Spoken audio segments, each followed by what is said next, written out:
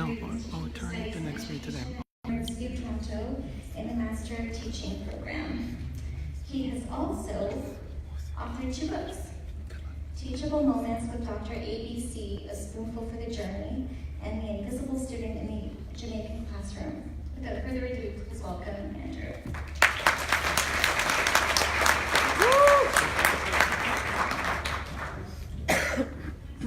Thank you so much. I'm going to stand here for a little while at the beginning and then I may move on afterwards, okay? So welcome everyone and thank you for having me again to participate and to share in this presentation. So my first slide, of course, you can see is a theater and it's a stage, of course, and that's why I want to talk about radical inclusion and how do we move beyond performances. And why do I say that? It's because inclusion, EDI, inclusion, diversity is a big watchword these days and everybody's using it. I was talking to someone the other day and they said if you notice on LinkedIn, so many persons have changed their titles and they are now inclusive specialists and inclusive consultants. And what does that really mean when we talk about inclusion? Because what we have happening in the world of inclusion now is that many things are going unchallenged. Right? And when it's unchallenged, it's unchanged. And then the young people like to say, there's also unbothered, right? So something is happening, there's something happening in New Zealand, after about 3 days we are unbothered. Someone does something racist, after about 4 days we are unbothered. Someone goes to an event and there's no wheelchair access, we make a big excitement about it, and 2 days we are unbothered. And so what's happening is that it's a performance.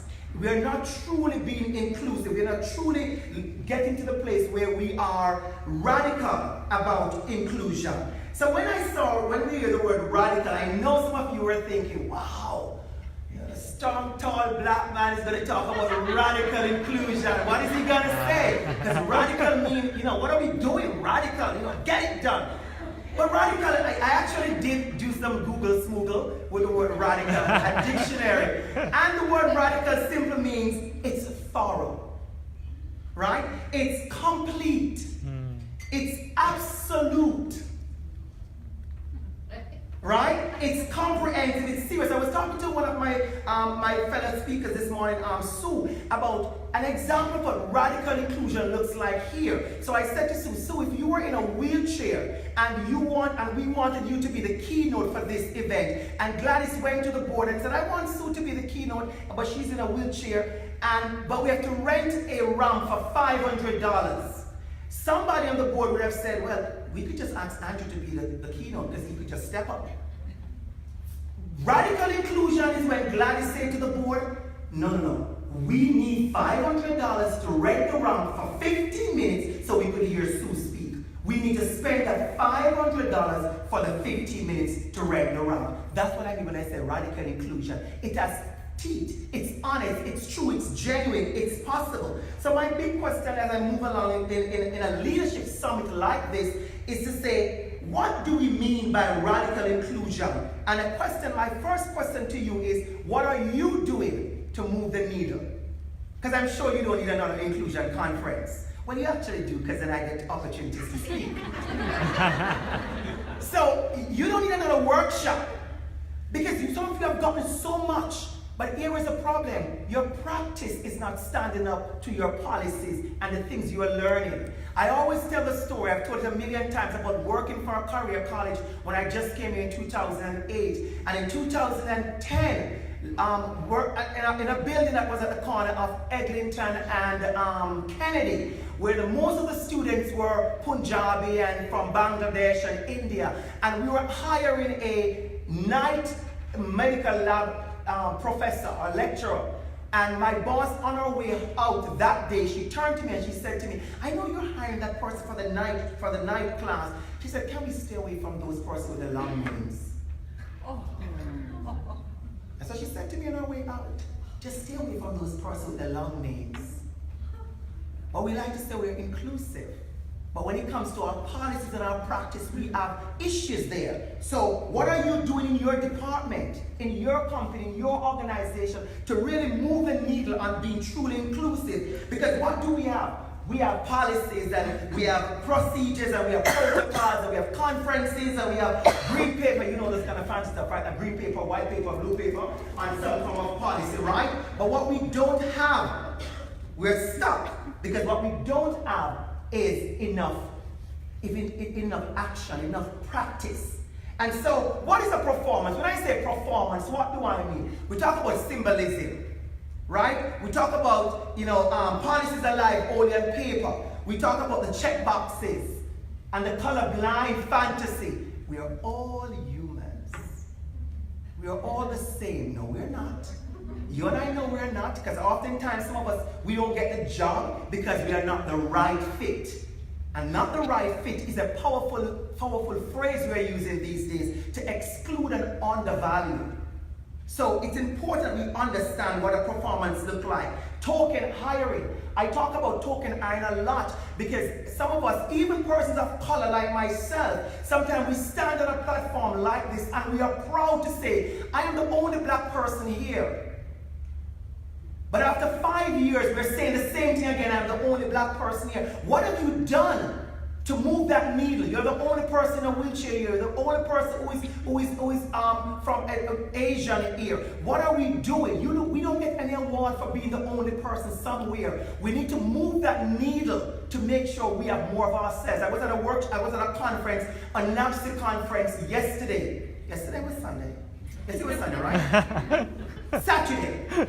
It was a long weekend. And one of the keynote speakers was the president of Brock University. And he says one of the legacy he wants to leave is that after years, it should be that he's not the only black university president. And so we have been played with this token. Oh, we have one Asian person on our staff. Oh yes, we're very accessible. We have one person in a wheelchair.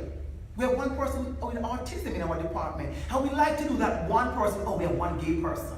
And after every time that one person is pressured to do everything and to represent everything. So when it's Black History Month, that one person has to do all the Black History Month lifting. And when it's Pride, that one gay person do all the gay lifting. We have to move from that to radical inclusion where you practice your own inclusion. So we have all the land acknowledgement. But nothing's going on, right? We have the empty promises. We have the potluck. Well, I love a potluck. You know I love a potluck. But we have to move beyond the potluck. Oh, I love a potluck. And we have the EDI marketing. So let's move on quickly. So what does this mean? All of this mean? Anybody remember that meme? Just sprinkling, right? Let me move a little bit over here. Anybody remember that meme about just sprinkling? It's word tested. Wonderful. About just sprinkling. We just want to sprinkle and season the office. We want to be more than a sprinkle. We want inclusion to be more than a sprinkle. So what we do with our performances, because we have no reflection, we have no ownership, and we have no action. So if you ask me what I want from you, I want ownership, I want action, and I want reflection. Genuine reflection, right? So take out the performances by your personal reflection. Too many times we have persons who are saying something homophobic, racist, ageism, something Islamophobic, all that kind of stuff. And what happens is that that person apologizes. But if you check the history, that person apologizes just to keep their jobs. There's no real reflection. There's no real reflection. I have grown. I'm going to tell the story in 30 seconds because I know my time is coming to an end. I have come some good minutes, right? Thank you. Right? I remember when I came to Toronto and I heard so much about First Nations. I didn't know any First Nation person before. And everything I heard was negative. Oh, negative. Very negative things. And I had to unlearn that. I had to go to a place where I had to unlearn. So the actions I took, and that slide, I like that slide, it's my Jamaican DJ called Shabba Rams. And he said, action, not about amount. I love it. Right? And I had to learn, I had to unlearn, I had to unwire, I had to challenge, and I had to disrupt and disturb. And we need you to do that. We need you to do that. A lot of things I learned about First Nations people, I had to unlearn. I came in 2008, and person said, oh, First Nations people, they all live up north. And they're always drunk, and they take the government money. And this kind of narrative happens on the streets. And I had to be like, let me find out what about First Nations persons. And I did a course. I registered, I paid my own money. Now the organization paid for me at school to learn about First Nations studies. Then I did another course on that because I wanted to unlearn some of these things. What have you learned? What have you learned about persons? About Muslim persons? What have you learned about that lady in the hijab?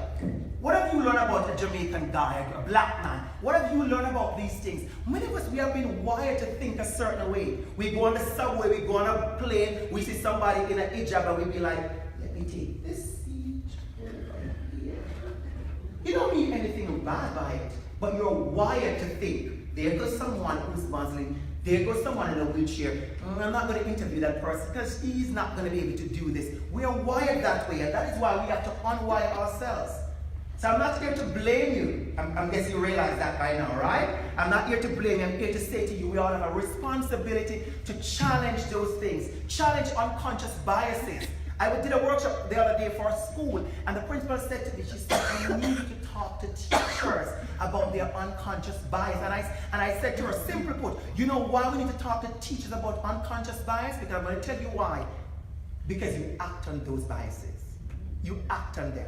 Where you sit, the person you hire, you act on them. And that's why we call them unconscious, because sometimes you're not conscious about it, but you're unconscious, but so you act on it. So the final thing I want to talk about is to disrupt and disturb. We have to do that.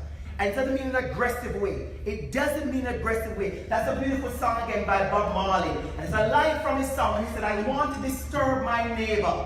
And the reason why he wanted to disturb his neighbor, because he said the neighbor is playing a bad card.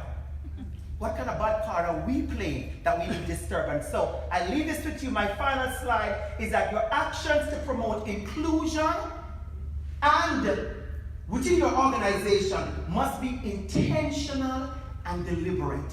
Let's all take one step at a time to move away from performances and be truly radical about inclusion. Thank you so much. My time is up.